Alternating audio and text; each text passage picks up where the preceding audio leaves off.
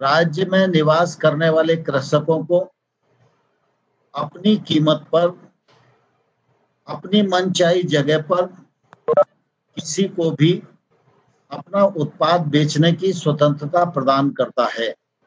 अभी तक किसान सबसे बड़ा उत्पादन करता था, लेकिन वह अपने उत्पादन की न तो कीमत तय कर सकता था, ना ही किसान को किसको बेचेगा यह तय करने का अधिकार नहीं था। यह कानून उसको यह स्वतंत्रता प्रदान करता है। दूसरा, यह कानून किसी भी प्रकार से राज्य के एपीएमसी एक्ट को अतिक्रमित नहीं करता। राज्य का जो एक्ट है वो रहेगा, राज्य की मंडियां हैं वो रहेंगी, मंडियों के अंदर जो टैक्स वसूली करना है वो राज्य कर सकते हैं, लेकिन मंडी के बाहर का जो एरिया है उस एरिया पर ये अंतर्राज्यीय ट्रेड हो सकेगा।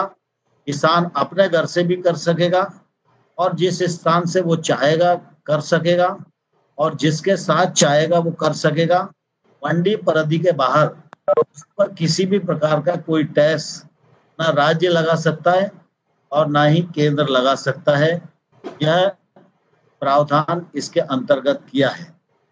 जहां तक मुझे सुनने में आता है कि एमएसपी पर खरीद का विषय, तो मैंने उस दिन भी प्रेस के सामने यह स्पष्ट किया था कि समर्थन मूल्य पर जो खरीद की स्थिति है उसके पीछे स्वाभाविक रूप से हमेशा ही सरकारों का ये भाव रहा है कि अगर किसान को हम समर्थन मूल्य पर खरीदेंगे तो बाजार बैलेंस होगा और किसान को अच्छी कीमत मिलेगी।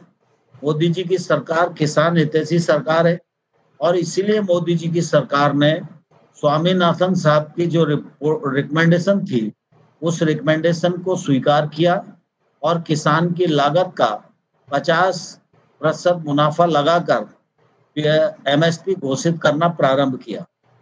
रबी की जो फसल आई उसको एमएसपी पर, बढ़ी हुई एमएसपी पर खरीदा गया। खरीफ की एमएसपी अभी थोड़े ही दिन हुए हैं जो निश्चित रूप से घोषित की गई है। आगे खरीफ की फसल भी एमएसपी पर खरीदी जाएगी। इसमें किसी को भ्रम में आने की भी जरूरत नहीं है और मैं समझता हूँ किसी को भ्रम फैलाने की आवश्यकता भी इस मामले में नहीं है। एमएसपी पर खरीद होती रही है, आज हो रही है, क्या दिक्कत है? आने वाले कल में भी होती रहेगी।